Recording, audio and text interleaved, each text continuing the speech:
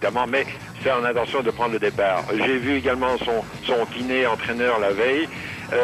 Lui m'a dit, bon, c'est une contracture musculaire à l'épaule droite, mais je crains fort qu'il y ait tout de même une petite déchirure interne. Voilà. Très très bien. Alors pour revenir rapidement sur les 250 qu'on va suivre maintenant, comme d'habitude, cavalier seul pour Michael Pichon, une fois encore lors des essais, c'est sa 3e pole, c'est ça? C'est mon pronostic. C'est mon pronostic.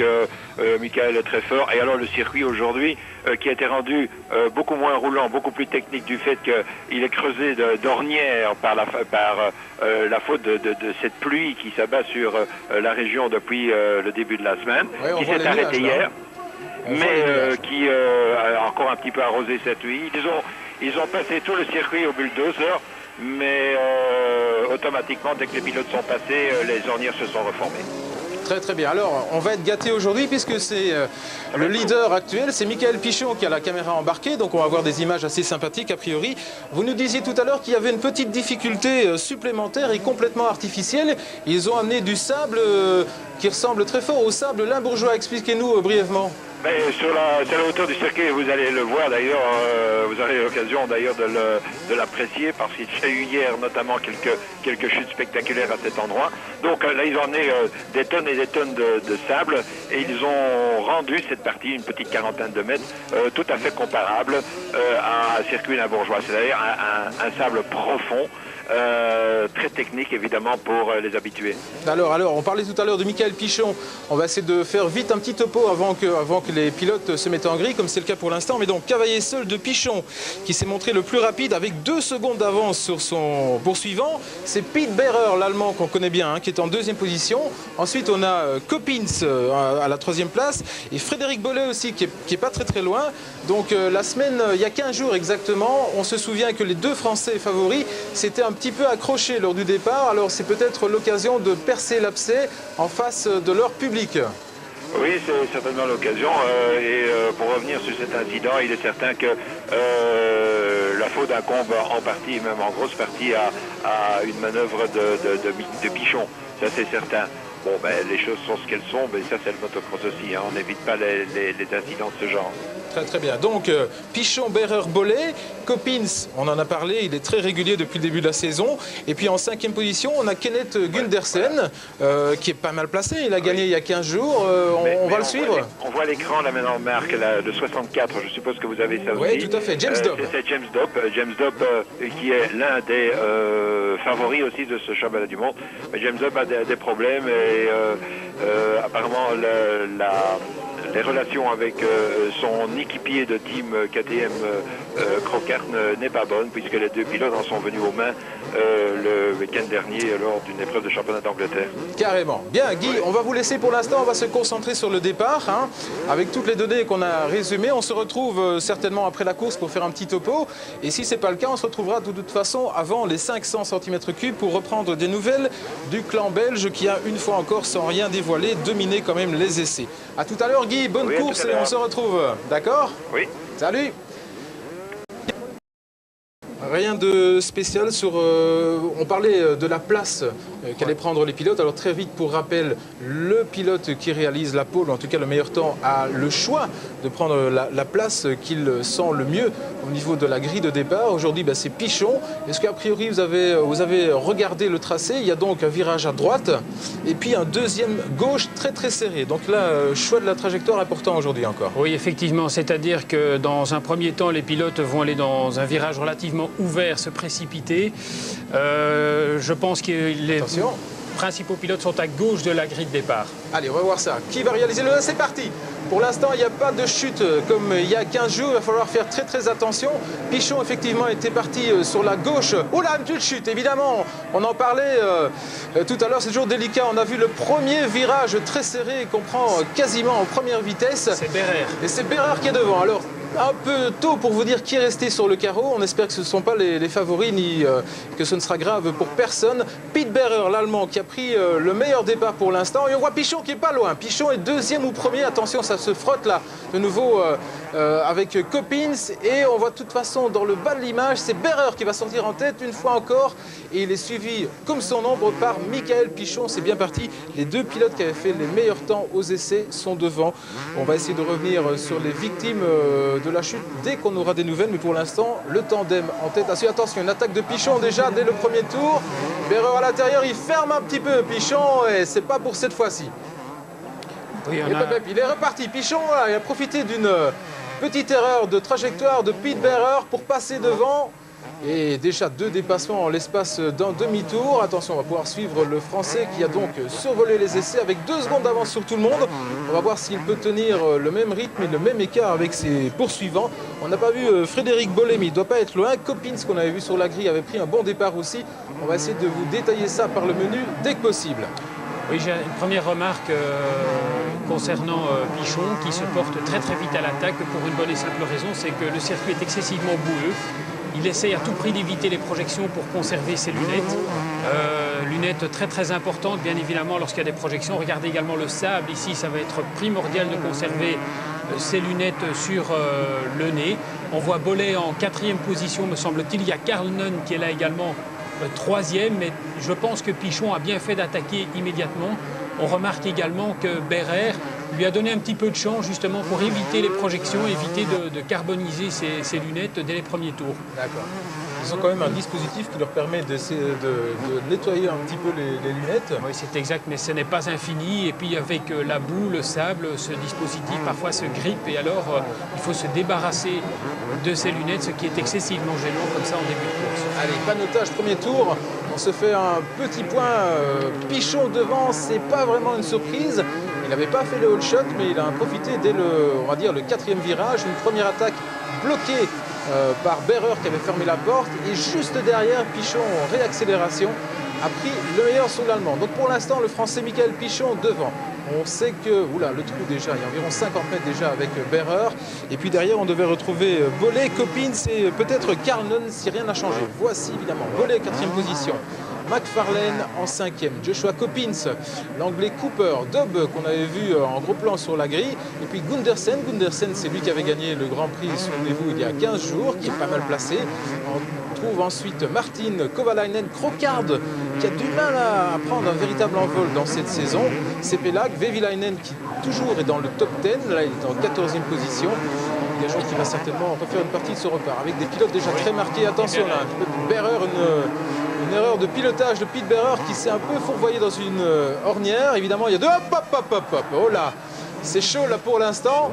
Avec 2 pilotes qui étaient à l'attaque. Berrer qui était en 4e position, là qui profite. C'est Karl Nunn dont on vous a parlé tout à l'heure. Donc normalement, on a Pichon devant. On doit avoir peut-être Coppins derrière. Vous voyez la sortie de l'ornière très délicate avec une glissade de l'avant de Karl Nunn. Et donc Berrer qui en a profité pour reprendre la 3e place. Le voilà qui passe justement. Le numéro 5, Pete Berrer l'Allemand. Pas de bobo semble-t-il pour Karl Nunn qui se relève assez vite. Non, c'est une chute, je dirais, anodine. Et on peut constater, Marc, dans ce début de course, que nous avons un circuit qui effectivement est très humide en surface, mais du fait de la présence de nombreuses pierres dans la couche inférieure, on voit des adhérences complètement différentes selon les parties du circuit. Et je pense même que dans certains endroits, et on l'a vu, Berrer s'est laissé surprendre, ça doit être équivalent à du savon là, sur lequel évoluent les concurrents. Et on a vu, excusez-moi Didier, allez-y, continuez. Je crois qu'il est important de ne pas s'enflammer au départ et de préserver vraiment toutes ses chances pour la suite. Ah oui, voilà, Chiodi là par contre qui s'est blessé semble-t-il. Oui, on l'avait vu il y a un mois de cela. Il avait eu un début de saison un peu délicat, l'Italien. L'année dernière, c'était pas terrible non plus. On va essayer de voir comment ça s'est passé. C'est sur la gauche de l'écran évidemment. Effectivement, là il y a une moto qui lui est passée dessus sur l'Italien. Il y a un autre pilote qu'on a du mal à identifier pour l'instant. Mais donc Alessandro Chiodi qu'on voit sur la gauche de l'écran là qui est recroquevillé.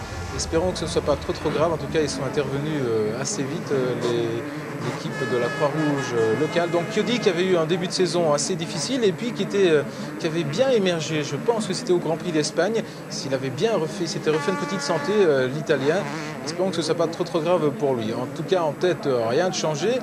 C'est toujours Michael Pichon. Si j'ai bien vu Didier tout à l'heure, c'est Fred Bollé qui a fait la bonne opération parce que lors de la chute de l'Allemand Pete Berrer, c'est lui qui a pris la deuxième place. Fred Bollé, on sait qu'il y a une petite guéguerre, on vous en parlait, entre Pichon et Bollé lors de la chute d'il y a 15 jours.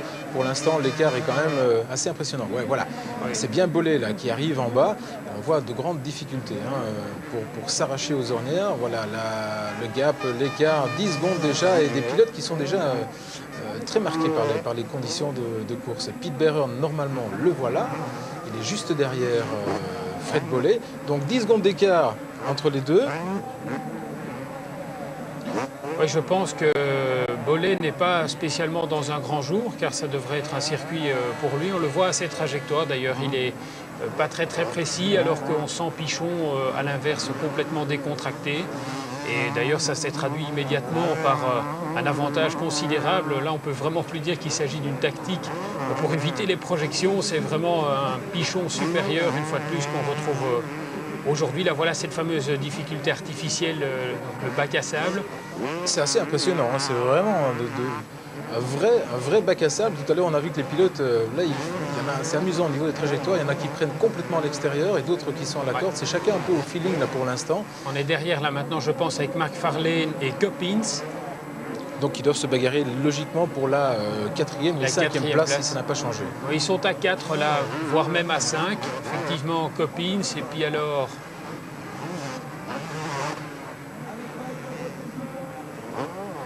Gundersen est là également, on voit les deux officiels Kawasaki. Gundersen, c'est pas tout à fait une surprise, il avait fait un bon Grand Prix il y a 15 jours, un départ relativement honnête cette fois-ci. Mais c'est Paul Cooper qui est toujours dans ce groupe de chasse. Grosso modo, il n'y a aucune surprise, parce que ce sont les pilotes qui sont en forme depuis le début de la saison. Didier, si vous êtes d'accord avec moi, je pense que oui, qu'on retrouve dans le top 10 habituel, sauf qu'il y a un petit shake-up dans les places, mais sinon les favoris ont répondu présents aujourd'hui. Oui, je pense que ce qui s'est passé au Grand Prix d'Europe en Allemagne à Teutschenthal il y a 15 jours, finalement c'était un fait de course où les deux ténors de cette catégorie se sont retrouvés impliqués dans une chute au départ. Maintenant, on voit que ça s'est très bien passé, donc il est fort logique qu'on les retrouve à nouveau en tête. Il est peut-être dommage de voir que seul Berer finalement a du répondant aujourd'hui pour éventuellement se mêler à la lutte, bien qu'il n'a pas l'air encore tout à fait en bonne condition. Il faut dire que si le circuit avait été tout à fait sec, roulant, beaucoup plus roulant, on aurait vu, à mon avis, un Pete Berer beaucoup plus incisif qu'il ne l'est aujourd'hui. Très rapidement, on a vu aussi un autre Français qui devrait donc logiquement être un petit peu à l'honneur aujourd'hui.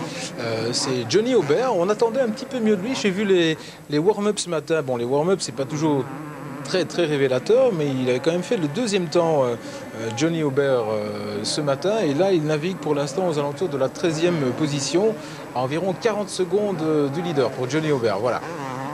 Oui, alors peut-être simplement pour nos téléspectateurs qui suivent également les Belges, eh bien, sachez que Damien Denil avait obtenu sa qualification en 24e position, Manuel Prime également en 29e, le 29e chrono pour Manuel Prime. Et Prime, on vient de l'apercevoir là sur le classement, il est actuellement 18e, c'est-à-dire que, il pourrait éventuellement marquer des points, Manuel, s'il se maintient. Ce serait alors, je dirais, une grande première pour lui qui débute en Grand Prix et qui pourrait éventuellement marquer alors ses premiers points en Grand Prix au cours de cette journée française. Très bien. C'est vrai que Guy disait tout à l'heure que le circuit était un petit peu humide, mais il n'a pas l'air d'avoir trop souffert. En tout cas, il n'est pas détrempé, ça c'est le moins qu'on puisse dire, mais c'est quand même, à mon avis, voir la manière dont il roule, ça peut leur procurer pas mal de fatigue quand même. Après 20-25 minutes de course, il serait intéressant de voir un petit peu qui a mal au bras, qui se sent bien sur sa moto, et là c'est la condition physique qui va jouer. En tout cas pour l'instant il reste 25 minutes de course. Alors pour revenir très rapidement, on a droit à une manche cette année, on en reviendra tout à l'heure, plus de tours, donc 40 minutes, 35 minutes, 40 minutes plus de tours, c'est bien ça. Donc 10 minutes de course et le classement, vous l'avez sous les yeux avec Pichon devant. Attention, on va essayer de voir ce qui se passe. Là, c'était à l'arrière du peloton, donc c'est un petit peu moins grave pour nous. Donc Pichon devant. Justin Morris, là. Morris qui est englué un petit peu. Et vous voyez, Marc, ce que je disais, ça c'est le système de nettoyage des lunettes. Mais après une ou deux gamelles, malheureusement, celui-ci est complètement hors service. Et on voit que Justin Morris, ici, ben oui, il est complètement en perdition dans ce bac à sable. Probablement aussi pour partie parce qu'il n'a pas les lunettes et qu'il y voit plus très clair déjà, Justin. Je pense d'ailleurs que ça va se solder par un abandon pour le Britannique. On parlait du bac à sable tout à l'heure et depuis le début, j'ai envie de vous demander, vous qui avez fait de la moto, on voit certains pilotes qui prennent carrément l'extérieur et d'autres la corde.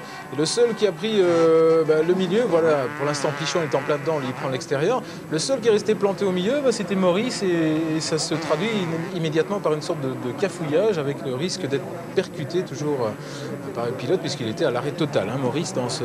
Alors à votre avis, extérieur, intérieur, ce bac à sable, comment on le négocie?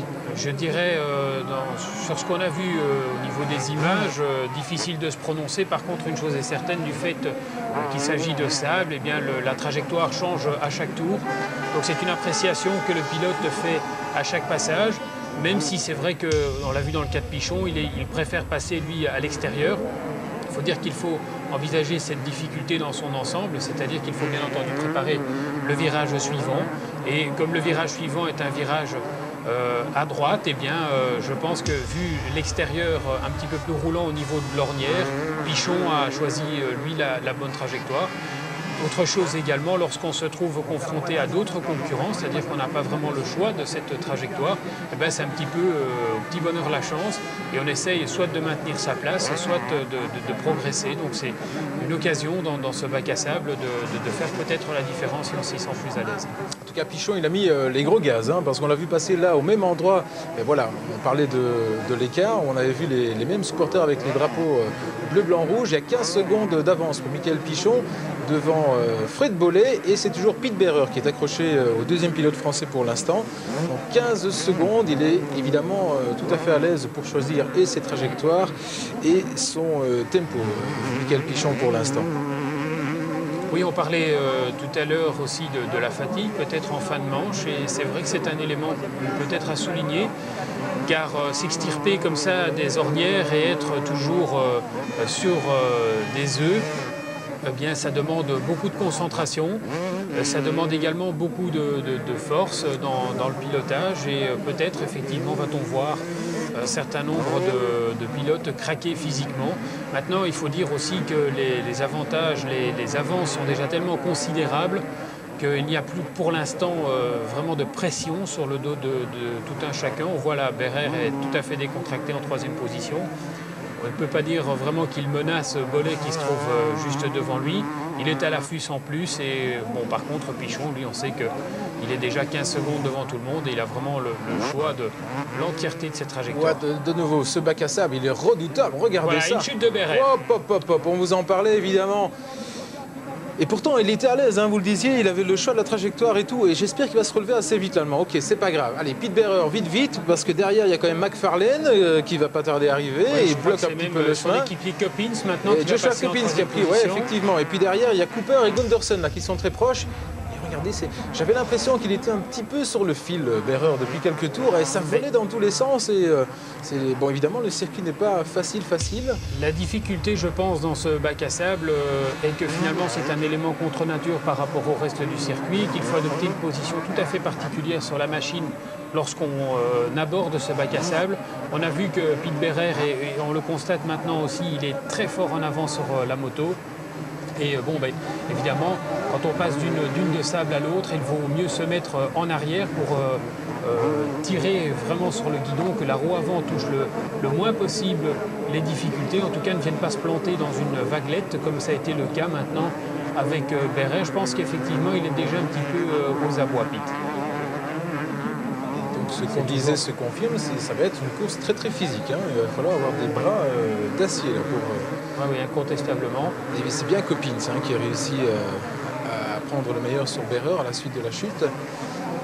6 tours, en premier bilan devant, il n'y a pas de changement. Bollé en deuxième position à 16 secondes. Coppins qui est passé devant Behrer, attention à l'attaque de Gunderson ici, me semble-t-il.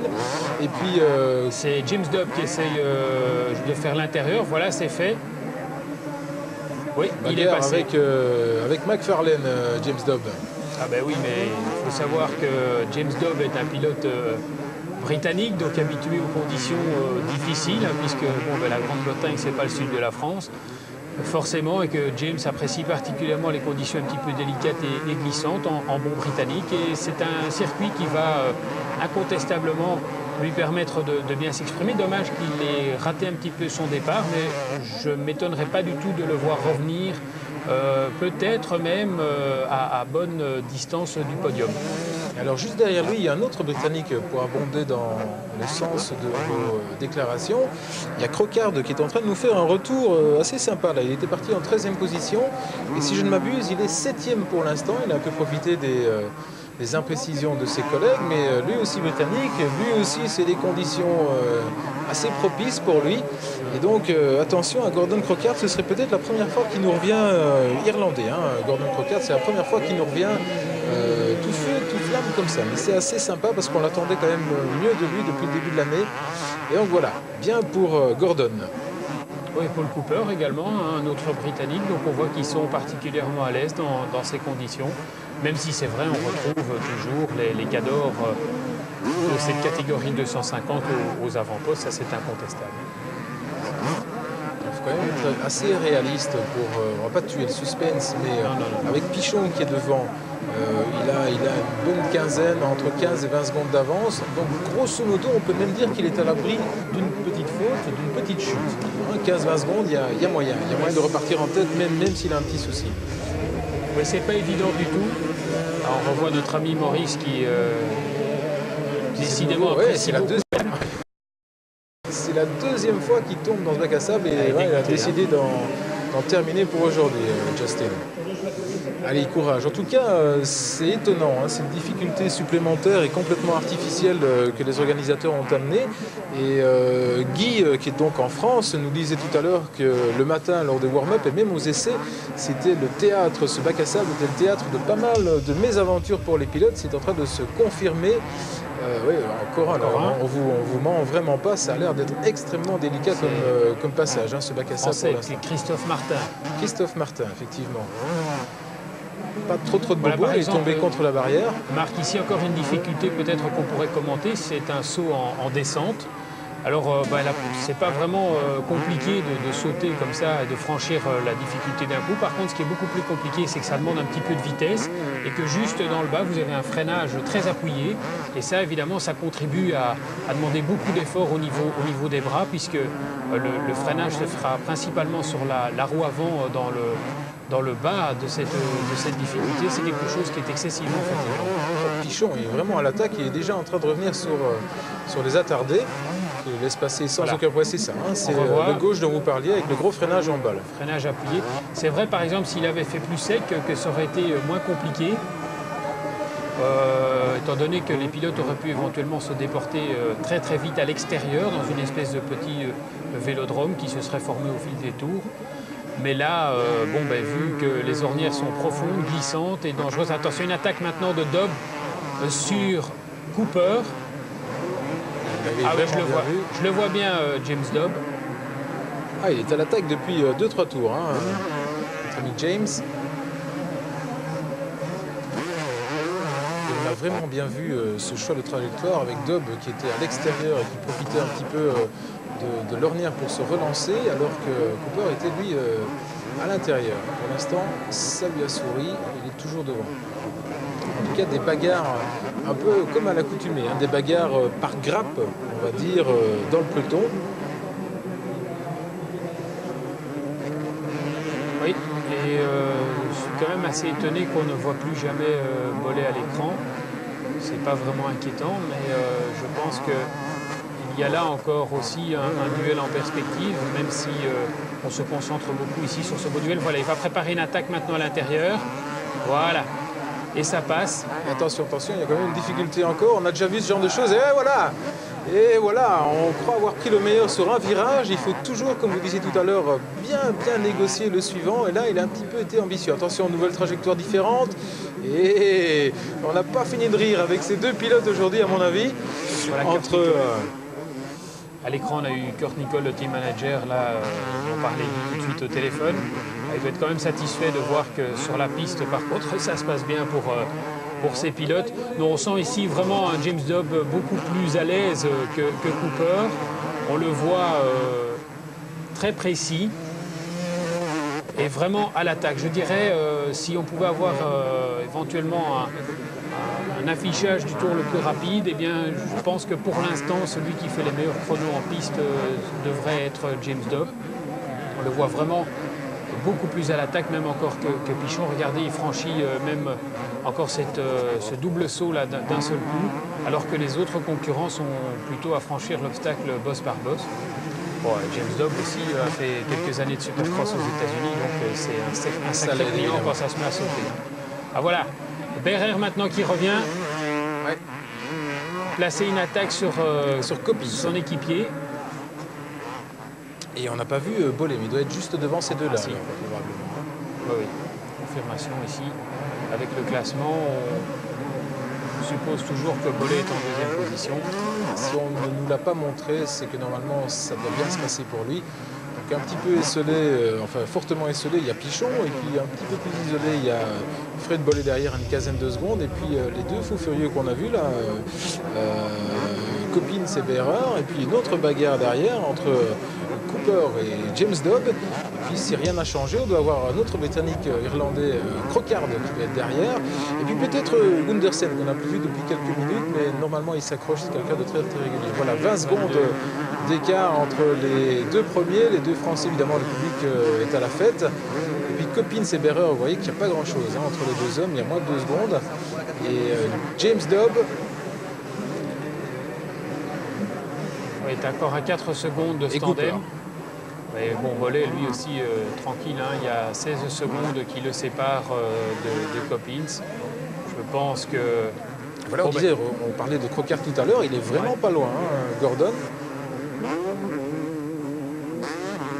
J'ai l'impression quand même que Coppins a dû, sur les tours précédents, faire une petite faute.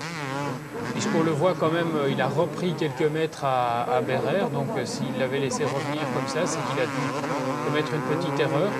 Bon, on l'a vu à Tuchenthal également. Hein, James Dobb avait pratiquement course gagnée. Il lui restait un tour à faire. Et puis il s'est écroulé là, une faute d'inattention. Donc rien n'est jamais terminé avant le drapeau à damier. C'est peut-être, je dirais, banal comme constat, mais c'est quand même la dure réalité. Et Dobb en a déjà fait l'expérience la semaine dernière, il y a 15 jours plus tôt. Ah voilà Bollé. Alors comment on gère la course de Bollé pour l'instant? Est-ce qu'il en garde sous le coude? Bon, il ne va plus aller chercher Pichon, ça c'est sûr, à moins d'une sévère défaillance du leader ou alors d'une faute. Il ne va plus aller chercher Pichon. Et derrière, ça se bagarre ferme quand même derrière. Comment on fait? On en garde sous le coude? J'ai l'impression ici que Bollé a vite compris qu'il ne reviendrait pas sur Pichon, que Pichon lui est supérieur aujourd'hui, puis il n'est peut-être pas dans un bon jour non plus. Bollé, on l'a déjà vu beaucoup plus fluide, beaucoup plus à l'aise que ça. Donc je pense que dans sa tête, ça doit être très simple. Il se dit, je suis très déçu de terminer second, battu par Michael. Mais ma foi, c'est un bon résultat dans l'optique du championnat. Et ce qu'il faut faire maintenant, c'est conserver à tout prix cette deuxième place. Il est toujours à l'attaque par contre, un Pichon, il s'amuse. Regardez ses projections. Derrière le leader, Pichon, il dépasse les attardés. C'est une manière comme une autre de rester concentré. Ouais, on a déjà vu des pilotes qui lèvent le pied, qui gèrent un petit peu trop, et puis ils partent à la faute.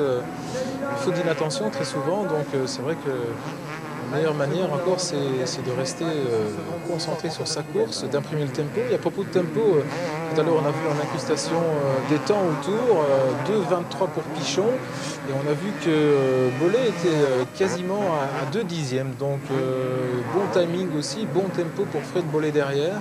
Ça répond un peu à notre question. Ils sont devant, ils gèrent un petit peu la course, mais ça reste assez performant. Oui, de toute façon, Pichon va surtout essayer maintenant de ne pas commettre d'erreur, même s'il poursuit son petit bonhomme de chemin, je pense, sur un bon rythme. Il s'amuse, il prend beaucoup de plaisir à piloter sur ce circuit, on le constate. Il n'est absolument pas fatigué. Regardez d'ailleurs, la position en machine est tout à fait parfaite. Vous voyez ce que je disais tout à l'heure dans le bac à sable, on se met légèrement en arrière, on surfe sur les vagues, littéralement, bien debout Sur les repose-pieds, évidemment, il faut en avoir les capacités physiques, hein, parce que dans les jambes, ça demande aussi beaucoup de travail. Mais on le remarque, il est vraiment parfait aujourd'hui, Mickaël Pichon. On va dire qu'il a tout simplement confirmé une nouvelle fois la prestation qu'il avait fait en qualification. Ah, c'est beaucoup moins, c'est plus haché, hein, on le voit chez Bollé, même si ça passe pas mal, mais déjà au niveau du choix de la trajectoire, c'est pas la même chose. C'est moins fluide, me semble-t-il quand même. Allez, on prend un petit écart. Tout à l'heure, on était à 12 secondes entre Bollé et Coppins. On vient de voir Bollé à l'image, donc on va dire semi-fluide, mais il est quand même un petit peu à l'arraché. Et voilà. Coppins, qui était à l'attaque tout à l'heure dans son duel avec Pete Beirer, est en train de grignoter un petit peu. Il reste 10 secondes d'écart entre les deux hommes.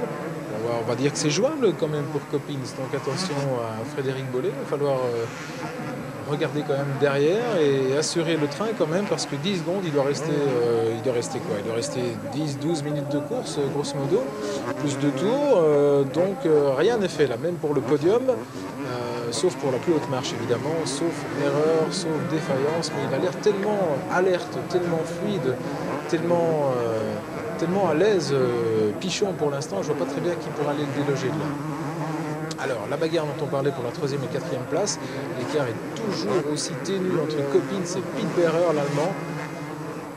Juste pour le bon mot, vous vous souvenez que son surnom c'est Pitbull, et c'est vrai que ça reflète assez bien sa philosophie sur le circuit. Il est parvenu encore à déchirer son maillot d'ailleurs. Oui, effectivement. Ah, oui, ça fait partie du personnage. Mais bon, c'est vrai que là, il contribue quand même à maintenir le suspense, parce que, bon, on a vu que Bollé avait perdu 2 secondes. Bon, c'est bien sûr en partie grâce à Coppins qui fait le forcing, mais c'est surtout, je pense, dû au fait que Beirer reste menaçant derrière et dit attention, cher équipier, eh bien, je suis toujours là, et éventuellement la 3e marche du podium me conviendrait également. Donc c'est dans cette optique-là qu'ils maintiennent, je crois, tous les deux une certaine pression, et peut-être peuvent-ils revenir sur Bollé, encore que. C'est vrai qu'une fois que Frédéric Bollé sera pas noté d'un éventuel retour des 2 pilotes Honda, eh bien, il aura encore éventuellement la possibilité d'en remettre une couche, comme on dit, et peut-être de maintenir l'avantage qui est le sien à l'heure actuelle. Ça serait sympa de voir par contre où en est notre ami James Dobb. Est-ce que là, je ne le vois pas encore, il était dans la descente là au moment où nous suivions Beirer. Il a compris, Pete, hein, il suit maintenant une trajectoire où c'est beaucoup moins troué. Ouais. Voilà, on voit maintenant James Dobb. Attention, James est là derrière. Et alors l'avantage qui va être le sien maintenant, c'est qu'il a Beirer en point de mire. Alors c'est vrai que logiquement ça aide. En plus, et bon, c'est vrai que tant qu'on n'a pas le pilote qui vous précède en ligne, c'est pas toujours évident. On a l'impression de rouler vite, mais on est parfois sur un faux rythme. Tandis qu'ici, eh bien, maintenant James Dobb va pouvoir recoller, et on voit d'ailleurs il va recoller très rapidement à Beirer. Le pilote KTM, gageons qu'il a un petit peu oublié sa mésaventure de Teutschenthal. Attention, il faut quand même rester concentré jusqu'au bout. Hein. Jamie, pas nous refaire le coup de la glissade sur la fin. Aujourd'hui, il a l'air sûr de son coup, quand même, sûr de son affaire. On peut peut-être rappeler, Marc, James Dobb est le champion du monde de 125 en titre, qu'il évolue sur une KTM, comme on le voit pour l'instant à l'écran, et que c'est la première année où KTM est engagé ici en 250 avec une véritable moto d'usine.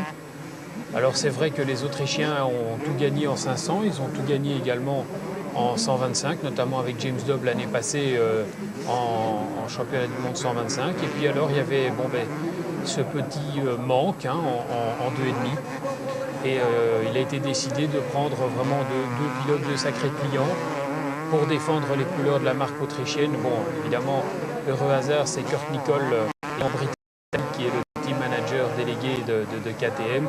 Bon, c'est sûr que ça aide. Il est en terrain de connaissance ici avec Dobb et Crockart, qui connaît depuis de nombreuses années. très très bien. Alors, il y a une chose dont on n'a pas encore parlé, je pense, parce que la course étant ce qu'elle est, mais bon, par exemple pour Dob qui vient de la 125, est-ce qu'on entre assez facilement dans le costume de la 250, si j'ose dire? Est-ce qu'il y a une grosse adaptation, un gros travail d'adaptation à faire? Oui, ça demande quand même beaucoup de transformation au niveau du pilotage. Ne fût-ce que concernant la puissance et les réactions des moteurs. Les pilotes 125, lorsqu'ils maîtrisent vraiment bien leur sujet, sont en général à fond et ne peuvent guère aller plus vite que ça. Je dirais même partout. Et en 250, par contre, ce n'est pas du tout le cas. Le moteur est beaucoup plus souple, il se pilote beaucoup moins dans les tours, puisque la puissance vient beaucoup plus rapidement à un niveau de régime moins élevé. Et bon, il faut maîtriser cette puissance et ce couple. Les trajectoires sont différentes. Là où en 125, on essaiera de préserver de la vitesse en virant large dans une ornière bien roulante, eh bien en 250, on pourra se permettre, vu la puissance, de recouper les virages à l'intérieur, puisque la vitesse, finalement, je dirais, revient instantanément vu la puissance des moteurs. D'accord, donc bonne acclimatation, on va dire, pour Dob. C'est vrai que depuis le début de la saison, il est pas mal. L'écart a grandi entre les deux pilotes de tête, Pichon et Bollé, c'est pas surprenant. Par contre, derrière, ça se resserre, parce qu'en 15 secondes, on a déjà 4 ou 5 pilotes qui peuvent encore revendiquer une place sur le podium. Entre Bollé, Coppins, Berrer, Dob et Cooper, peut-être Cooper un petit peu moins, mais... il n'y a plus que 7 secondes, hein, Marc, entre Bollé et ses poursuivants. Ça veut dire qu'il perd régulièrement du terrain. Oui, parce que tout à l'heure, il était à 10 et puis à 12, donc on va dire quoi? On va dire grosso modo une bonne seconde au tour, même un petit peu plus, je pense. Allez, on va voir, c'est le moment de voilà, prendre un petit chrono. 7 secondes maintenant. 7,5. Ça se confirme. Derrière, Coppins est à l'attaque, mais on l'avait vu à l'image tout à l'heure, ça se confirme dans les chiffres. 7 secondes, il reste environ 5 minutes de course, un peu moins je dirais, plus 2 tours. Mais tout reste absolument ouvert. C'est vrai que c'est assez sympa ce championnat 250 parce que, outre la domination vraiment outrageuse de Pichon, derrière ça se bagarre à chaque course. Finalement, c'est très très ouvert. Oui, et puis il suffit aussi d'un petit accrochage, d'un fait de course comme à Teuchenthal il y a 15 jours. Et alors on voit des pilotes comme Gundersen, on voit des gens éventuellement comme Dob qui sont capables de gagner à ce moment-là. On n'insistera jamais assez sur l'importance primordiale du départ. On a vu que Pichon a eu le loisir à nouveau de se porter tout de suite en tête. Et c'est vrai, notamment pour les projections, que c'était peut-être la tactique du jour, essayer de se porter en tête le plus rapidement possible pour se détacher et avoir, je dirais, un circuit complètement dégagé devant soi.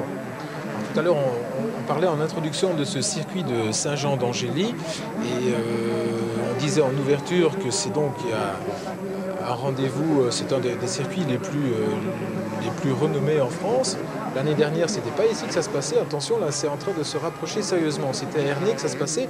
Mais ce circuit est quand même resté célèbre puisqu'il a accueilli le Motocross des Nations en l'an 2000. Et c'était les Américains qui s'étaient imposés avec une équipe composée de Carmichael, de Pastrana et de Ryan Hughes. Alors, en ce qui concerne les résultats de l'année dernière, c'était pas le même tracé, mais on a quand même des similarités, Didier. Oui, c'est-à-dire que sur le circuit, bien sûr, il y a bien sûr quelques points communs. Ernée est également un circuit de terre, mais je pense que c'est surtout dans le résultat qu'on va trouver des similitudes, puisque l'année dernière, c'était déjà Michael Pichon qui s'était imposé lors de son Grand Prix local. Il avait précédé Berrer et Coppins, tiens, comme par hasard, on les retrouve. Et Bollé, par contre, fait un petit peu l'insert, là, puisqu'il était seulement 6e l'année dernière. On le retrouve maintenant en seconde position, mais finalement, ce sont pratiquement les mêmes acteurs qu'on retrouve à nouveau devant le public français, pour son plus grand plaisir d'ailleurs. Si on essaie de faire une petite projection au classement mondial, On avait donc Pichon qui était en tête avec 63 points. Il va conforter sa position. Gundersen était deuxième après un très sérieux rapproché il y a 15 jours avec une victoire. Donc voilà, on arrive à la fin du temps réglementaire. Il reste 2 tours de course avant le drapeau à damier. Gundersen qui était en deuxième position, là il va rétrograder un petit peu aujourd'hui. Coppins qui était troisième, lui aussi confirme avec ce bon résultat. Pete Behrer était en quatrième position sur la Honda et Fred Bollé cinquième. Donc tout ça se tient une fois encore.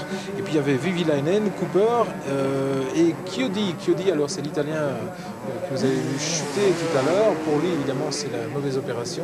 Si on a des infos sur son état de santé, on vous relaiera cette info tout à l'heure, avant les 500 cm3, le temps de prendre un peu le pouls là-bas avec Guy Bonnen éventuellement. Et donc voilà, au niveau classement mondial, confirmation pour Michael Pichon et sa Suzuki. C'est assez affolant, hein, comment il peut dominer cette course depuis le début. Allez, il reste 2 tours. Oui, Bollé va revenir aussi, puisqu'il est actuellement 5e. Il va prendre... peut-être gagner une place ou 2 hein, on va voir. Le soleil qui revient, c'est de bon augure. Ça, par contre, la piste pourrait sécher. Ouais. Et alors, les boules, les bulldozers, ils vont avoir du boulot, à mon avis, entre la fin de cette manche et le départ des 500.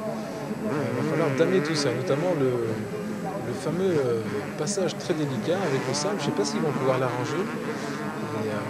Ce qu'on a surtout vu, hein, Didier, c'est que les premiers tours ont été extrêmement délicats dans ce bac à sable. Là, depuis, les pilotes ont un peu pris leur marque. Les ornières sont peut-être plus évidentes maintenant. Les choix de trajectoire sont peut-être évidents maintenant pour tout le monde. Et donc en 500 tout à l'heure, il va falloir être extrêmement vigilant dans cette partie un peu vicieuse, on va dire, du circuit.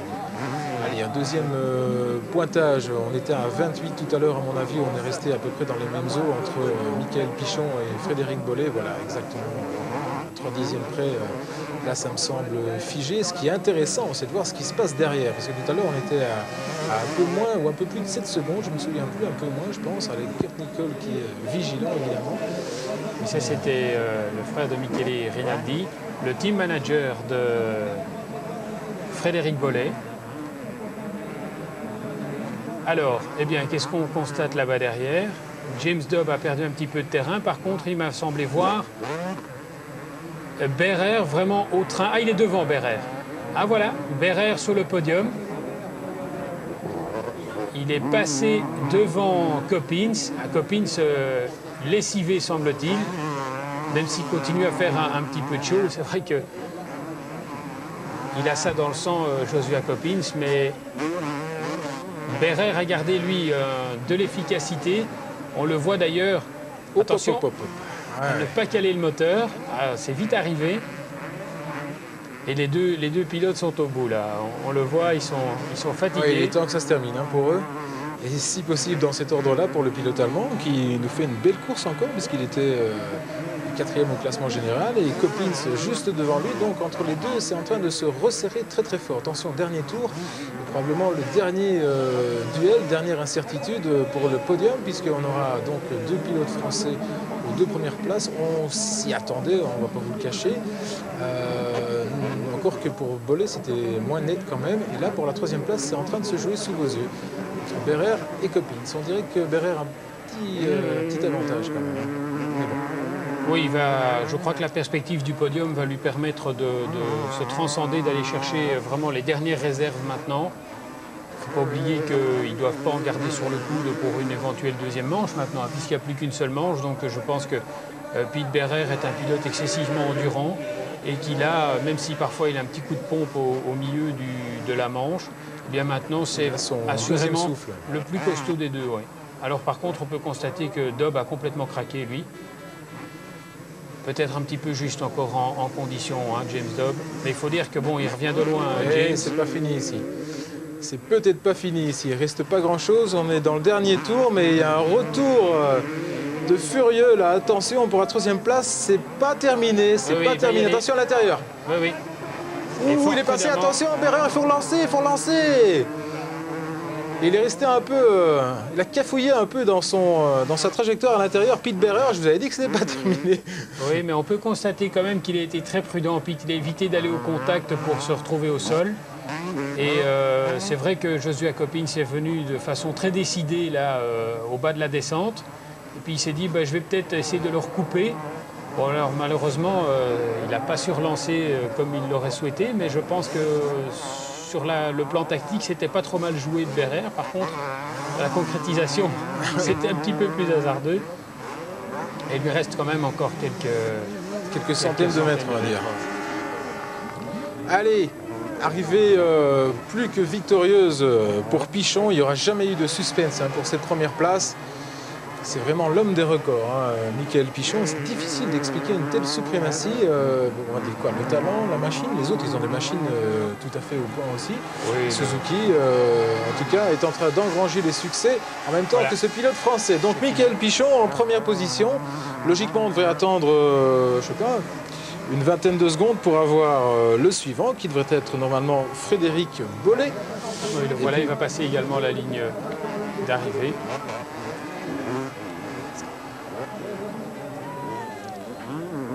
Allez, on va voir ça. Fred Bollé qui en termine. Trentaine de secondes, comme tout à l'heure. Il a bien géré sa course, le Français, finalement. Voilà, doublé français au Grand Prix de France. Que rêver de mieux? Les plus gourmands auraient voulu peut-être une meilleure course pour Johnny Aubert, mais il n'est jamais vraiment entré dans cette course. Le Français Johnny Aubert. Et les autres, je pense que c'est Coppins. C'est Coppins. On vient de voir passer avec le numéro 6 et Berrer un petit peu dépité en 4e position. Ceci dit, ça reste un très bon résultat. Il ne faut pas oublier quand même que Berrer a été victime d'une chute, qu'il est resté coincé sous la machine dans le bac à sable. Bon, c'est vrai que ça marque quand même un concurrent, même si on a vu quand même qu'il conservait des chances pour cette 3e place. Peut-être été un petit peu trop présomptueux là. Il pensait que Coppins l'attaquerait plus. Et bon, finalement, il s'est trompé. Guy, est-ce que vous êtes toujours avec nous? Oui, je suis avec vous. Alors, vous avez vu cette course comme nous. Quelles sont vos premières impressions vues de l'intérieur et vues de là-bas? Eh bien, l'impression, c'est que on s'était fait un petit sondage. Vous savez qu'en France, ça devient l'habitude ici. On s'était fait un petit sondage et à 82%, eh bien, là, ce n'était pas pour le grand Jacques, mais pour le petit Michael. Et voilà, ça s'est confirmé comme sans surprise parce que sur ce genre de terrain très technique, Michael a fait l'appui et le bouton, c'est le cas de le dire, vraiment supérieur à tout le monde et à Bollé en particulier. Bollé qui termine quand même très très loin de Michael Pichon qui a vraiment joué avec tout le monde aujourd'hui. Il a roulé à sa main, il n'a vraiment pas accompli d'effort. D'ailleurs, je crois qu'il va nous le confirmer dans quelques instants ici à l'interview. Alors, que dire des autres? Pete Berrer, bien sûr, est tombé, retombé, il est tombé 2 fois. Enfin, je l'ai vu tomber 2 fois, notamment, comme le disait Didier, dans le bac à sable. Un bac à sable qui a été très difficilement négocié par pas mal de concurrents, comme vous avez pu le remarquer, surtout en fin de parcours, puisqu'ils étaient fatigués, ils avaient mal au bras pour certains. Donc tout ça a payé, bien entendu. Et puis alors voilà, Coppins, très bonne course aussi. Un peu surpris que les Britanniques n'aient pas fait mieux que des accessibles. Enfin voilà, je crois que dans l'ensemble, on peut s'attendre maintenant à une bonne course de Stéphane Evers qui vient de partir à l'instant. Il est resté pendant 30 minutes à suivre l'évolution des 205.